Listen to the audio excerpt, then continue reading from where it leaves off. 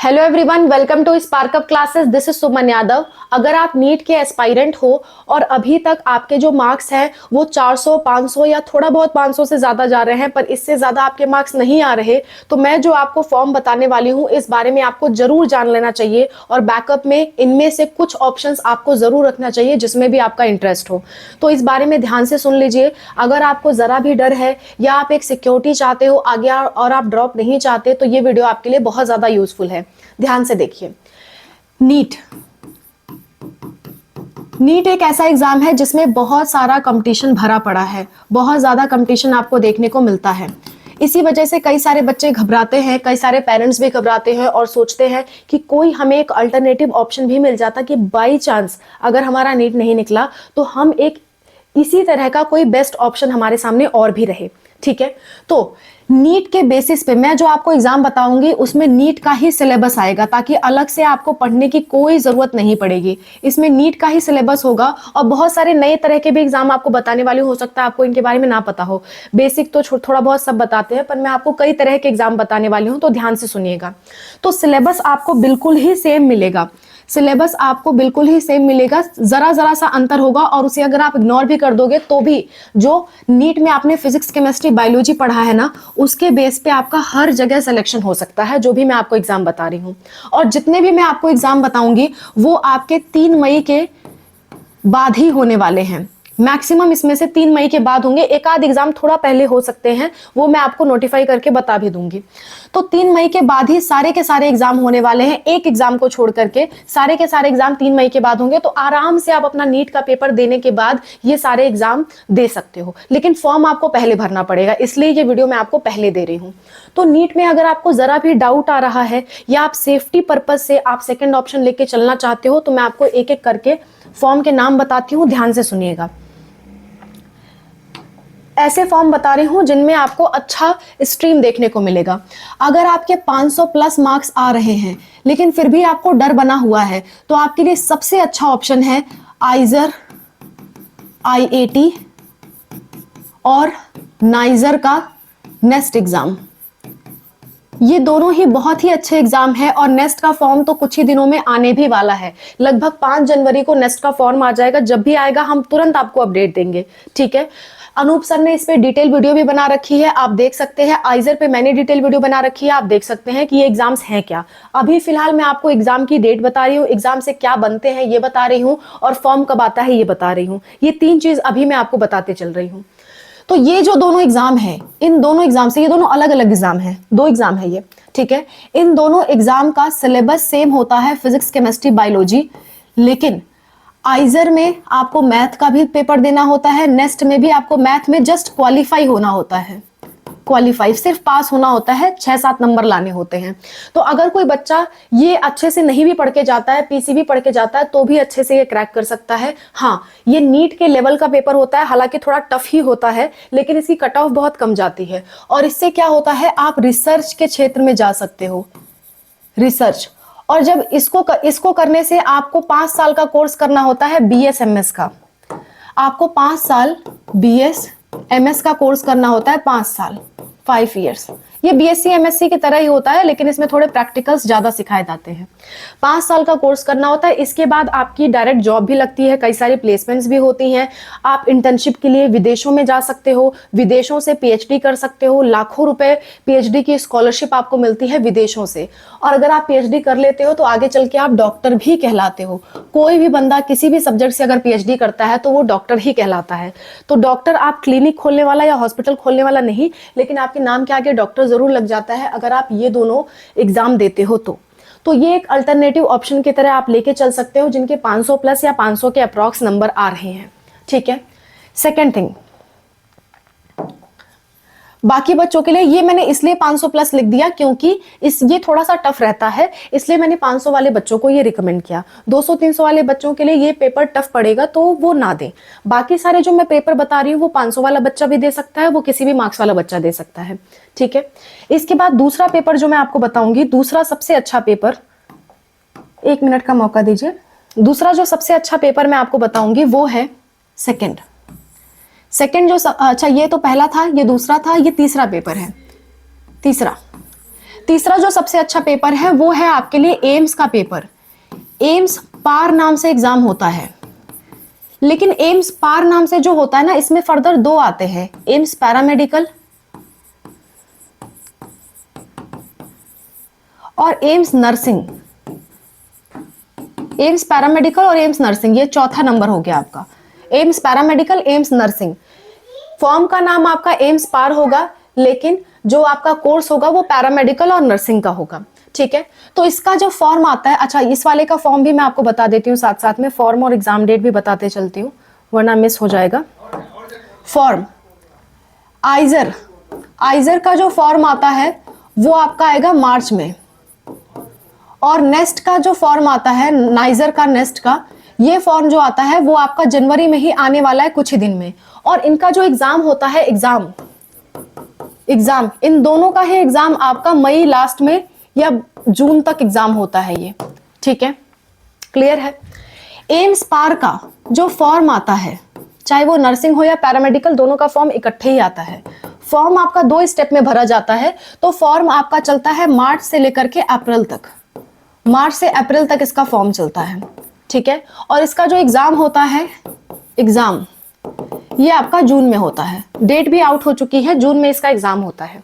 ठीक है, नर्सिंग का भी पैरामेडिकल का भी। लेकिन एक चिंता वाली बात यह है कि पैरामेडिकल का बॉयज प्लस गर्ल्स दोनों एग्जाम दे सकते हैं, लेकिन नर्सिंग ऑनर्स वाला सिर्फ और सिर्फ गर्ल्स दे सकती हैं।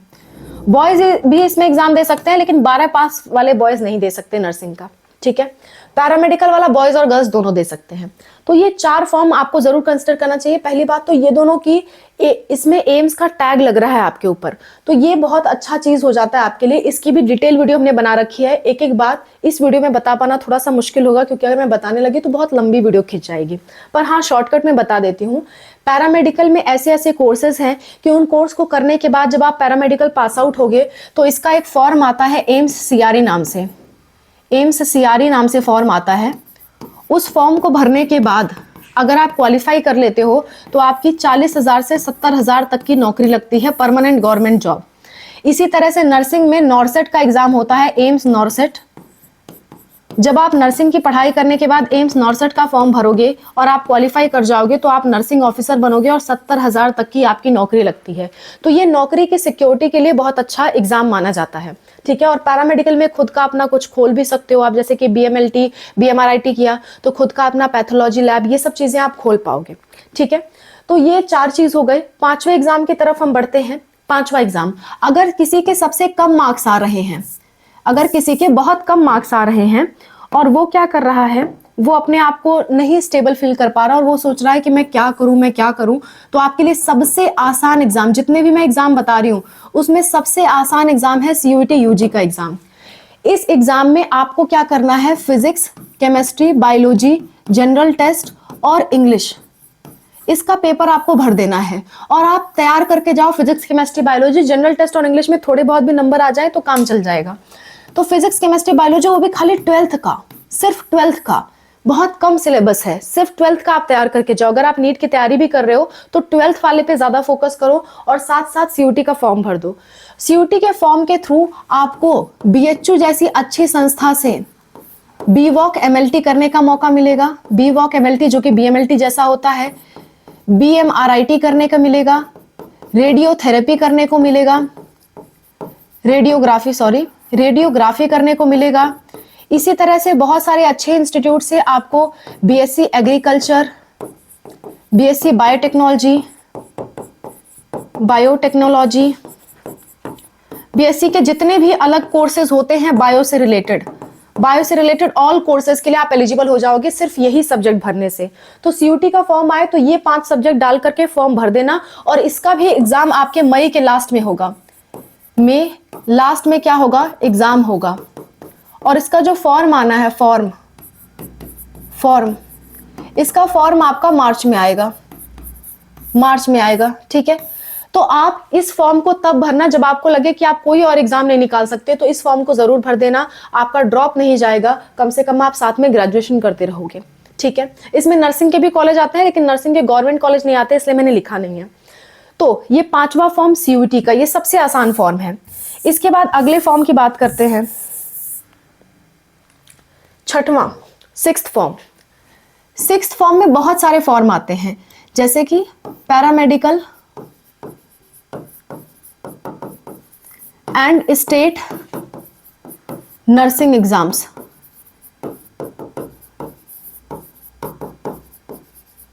देखिए, आप जिस स्टेट से बिलोंग करते हैं ना, लगभग हर स्टेट में खुद के स्टेट का पैरामेडिकल और नर्सिंग एग्जाम होता है। पैरामेडिकल में भी बेस्ट कोर्स बता देती हूं। पैरामेडिकल में बेस्ट कोर्स आपका बीपीटी, बीएमआरआईटी, बीएमएलटी, ये कोर्सेस बेस्ट माने जाते हैं। और अगर आप कर सको तो बी फार्मा, ये कोर्सेस बेस्ट माने जाते हैं। और आपके स्टेट में कौन सा एग्जाम होता है इसके लिए, तो स्टेट वाइज मैंने अलग अलग वीडियो बना रखी है अलग अलग कोर्स के लिए। जैसे बीपीटी के लिए स्टेट वाइज एग्जाम बता रखा है हर एक स्टेट का, बीएमएलटी के लिए बता रखा है, बी फार्मा के लिए बता रखा है। बीएमआरआईटी का मैं वीडियो अभी नहीं बना पाई हूं, अगर आप कहेंगे तो बीएमआरआईटी की भी डिटेल वीडियो बना दूंगी और हर एक स्टेट का एग्जाम बता दूंगी बीएमआरआईटी का, उसकी सारी डिटेल बताऊंगी और हर एक एग्जाम बता दूंगी। ये 3 का तो मैंने बना रखा है, आप देख सकते हो। आप कौन से स्टेट से हो उस स्टेट का आप एग्जाम नोट डाउन कर लेना और उस स्टेट का एग्जाम जब फॉर्म आए तो दे देना। जैसे एग्जाम्पल के तौर पे यूपी में सीपेट का एग्जाम होता है, बिहार में बीसीई का एग्जाम होता है, राजस्थान में RUHS का एग्जाम होता है। तो ऐसे ही हर स्टेट का मैंने एग्जाम बता रखा है इन 3 वीडियो में, बीपीटी, बीएमएलटी और बी फार्मा के लिए, आप चेक कर लेना। ये सबसे बेस्ट कोर्स है। अगर आप नीट नहीं कर पा रहे हो तो अपने स्टेट का ये फॉर्म जरूर भरना, आपको आसान भी पड़ेगा। इसी तरह से नर्सिंग का ऑल स्टेट का एग्जाम पे मैंने वीडियो बना रखी है। हर स्टेट के जो एंट्रेंस एग्जाम है नर्सिंग के लिए मैंने वीडियो बना रखी है, ये भी आप देख सकते हो। सारी ही वीडियो का लिंक आपको डिस्क्रिप्शन में मिल जाएगा, आप वहां से जाकर के देख लो। अगर लिंक आपको नहीं मिलता है आप कमेंट में मांग लो, हम आपको भेज देंगे। और अगर आपको हमसे कॉल पे बात करनी है, आप कंफ्यूज हो, नहीं समझ पा रहे क्या क्या करो, तो ये हमारा फोन नंबर है। मैं आपको अपना फोन नंबर दे देती हूँ। फोन नंबर है हमारा 6393798060। ये हमारा फोन नंबर है। इस फोन नंबर पे आपको व्हाट्सएप पे मैसेज करना है, हम आपको QR कोड भेजेंगे। 200 का पेमेंट करके आप हमसे बात कर सकते हो। अगर आप फ्री गाइडेंस चाहते हो तो कमेंट सेक्शन यूज करिए, हर टॉपिक पे हमने वीडियो बना रखा है, वीडियो यूज करिए। फ्री ऑफ कॉस्ट सारी वीडियोस हमारी आपके लिए हैं और कमेंट सेक्शन भी आपके लिए है। तो स्टेट वाइज नर्सिंग एग्जाम भी मैंने आपको बता दिया। ये आपका 6वां सबसे अच्छा ऑप्शन था। अगर आप नीट नहीं निकाल पा रहे हो तो ये बैकअप में रखिए। आपको सभी स्टेट के फॉर्म नहीं भरने हैं, सिर्फ अपने स्टेट का भरना है। सातवां ऑप्शन मैं आपको बता देती हूँ। सातवां ऑप्शन है एनसेट। आप कहोगे मैम ये क्या है? एनसेट एग्जाम होता है आपका ग्रेजुएशन प्लस बीएड के लिए। आप इस एग्जाम को अगर आप देते हो तो आईआईटी जैसी अच्छी संस्थाओं से, आईआईटी, एनआईटी, इनके जैसी अच्छी संस्थाओं से आप क्या कर पाते हो, अपना ग्रेजुएशन और बीएड कर पाते हो। ठीक है, आईआईटी में सिर्फ बीटेक ही नहीं होता, एनआईटी में सिर्फ बीटेक ही नहीं होता, इसमें ग्रेजुएशन और बीएड दोनों होते हैं। तो खास करके एनआईटीज में तो ग्रेजुएशन और बीएड, ग्रेजुएशन में आप चाहे तो बीएससी चुन लो, आप चाहे तो बीकॉम चुन लो, आप चाहे तो बीए चुन लो, आपको जो पसंद है वो चुन लो। और इसके बेसिस पे आप एग्जाम दे करके, इसमें एग्जाम निकाल करके आप टीचिंग फील्ड में जा सकते हो। ये कोर्स आपका 5 साल का होगा और ये आपको टीचिंग की तरफ प्रमोट करेगा। आप टीचर बन सकते हो इस एग्जाम को देने के बाद। और इस एग्जाम में बहुत कम बच्चे प्रेजेंट टाइम में जाते हैं, तो आप आसानी से इसे क्वालिफाई कर सकते हो। अगर एनसेट की पूरी जानकारी चाहिए होगी कॉमेंट करिएगा, इस पे भी मैं आपको डिटेल वीडियो बना दूंगी। इसमें आपके डोमेन सब्जेक्ट यानी कि जो पीसीबी है वो पूछे जाएंगे, प्लस थोड़ा बहुत जनरल टेस्ट, थोड़ा बहुत इंग्लिश पूछा जाएगा। ठीक है, तो इस पे आपको डिटेल वीडियो चाहिए होगी तो भी बताना, हम आपके लिए वीडियो बनाने को तैयार हैं। तो 7 मैंने ऐसे एग्जाम, अच्छे एग्जाम आपको बता दिए कि जो अगर आप नीट नहीं निकाल पा रहे हो तो आप ये एग्जाम दे करके अपना अच्छा करियर बना सकते हो। और अगर कोई ग्रेजुएशन कर चुका है या ग्रेजुएशन के फाइनल ईयर में है, उनके लिए भी मैं 3 एग्जाम आपको बता देती हूँ। जैसे मान लेते हैं बहुत सारे ऐसे स्टूडेंट होते हैं जो नीट के साथ साथ ग्रेजुएशन अपना पूरा कर चुके होते हैं और अब आगे और ड्रॉप नहीं करना चाहते। तो जिनका ग्रेजुएशन पूरा हो चुका है और खास करके उन्होंने ग्रेजुएशन बायोलॉजी के से रिलेटेड किसी भी सब्जेक्ट में किया है, तो वो लोग आईआईटी जैम का एग्जाम दे सकते हैं। आईआईटी जैम बीटी का एग्जाम दे सकते हैं और इससे वो आईआईटी जैसे संस्था से एमएससी का कोर्स कर सकते हैं और आगे चल के प्लेसमेंट ले सकते हैं। दूसरा, अगर किसी ने बायोटेक्नोलॉजी से कोर्स किया है तो वो गेट बीटी दे, बायो के किसी और सब्जेक्ट से किसी ने किया हुआ है तो वो गेट एक्सेल का एग्जाम दे। ये एग्जाम देने के बाद आप आईआईटी, एनआईटी, आईआईएससी, बहुत सारी ऐसी संस्थाओं में एडमिशन पा सकते हो एमएससी एंड पीएचडी के लिए। ठीक है, क्लियर है? आईआईटी नहीं, एनआईटीज एंड आईआईएससी में पा सकते हो। आईआईटीज में लेते हैं कुछ, लेकिन पीएचडी में लेते हैं, और वो भी बहुत टॉप का स्कोर हो तो। नेक्स्ट, तीसरा है आपका gate B. Gate B, gate B का एग्जाम आसान होता है और बिल्कुल ही आपके नीट से रिलेटेड होता है। गेट बी अगर आप निकाल लेते हो तो सबसे आसान आपके लिए गेट बी पड़ेगा, और ये एग्जाम निकालने के बाद आपको 5,000 रुपए महीने की स्कॉलरशिप मिलती है एमएससी करने के लिए, तो ये भी आपके लिए एक अच्छा ऑप्शन हो सकता है। नेक्स्ट, सीयूईटी पीजी सबसे आसान एग्जाम होता है, इससे बहुत ज्यादा आप उम्मीद नहीं रख सकते, लेकिन हाँ, बीएचयू जैसी संस्थाओं में, दिल्ली यूनिवर्सिटी जैसी संस्थाओं में, यूनिवर्सिटी ऑफ साउथ बिहार, ये सब जैसी संस्थाओं में आपको एडमिशन मिल सकता है। जेएनयू में, जेएमआई में, ये सब में आपको एडमिशन मिल सकता है, तो आप सीयूईटी पीजी को भी कंसिडर कर सकते हो। सीयूईटी अभी इसके फॉर्म आउट है, जिसको भरना है वो अभी भर ले, इस वाले के फॉर्म आउट है। तो सारी चीजें मैंने आपको बता दी। इसके अलावा कोई दिक्कत, कोई परेशानी होगी जरूर बताइएगा, we are there to help you. So मैंने आपको 10 प्लस ऐसे एग्जाम बता दिए जो नीट के अलावा भी आप कंसिडर कर सकते हो, बेस्ड ऑन कि आप किस लेवल पे हो, आप किस तरफ जाना चाहते हो। इनमें से किसी की भी डिटेल वीडियो चाहिए हो तो लगभग सारे टॉपिक पे हमने डिटेल वीडियो बनाई हुई है, आपको बस सर्च करना है। जैसे फॉर एग्जाम्पल आपको अगर चाहिए एम्स पार का, तो आपको सर्च करना है एम्स पार स्पार्कअप क्लासेस, या AIIMS nursing spark up classes, AIIMS paramedical spark up classes, CUET 2026 spark up classes, GATE spark up classes. तो जो भी आपको सर्च करना है वो टॉपिक डालना, स्पार्कअप क्लासेस डालना, हमारी वीडियो आपके सामने आ जाएगी। So that's all, thank you so much for watching, wish you all the best for whatever you are going to do. Bye, take care.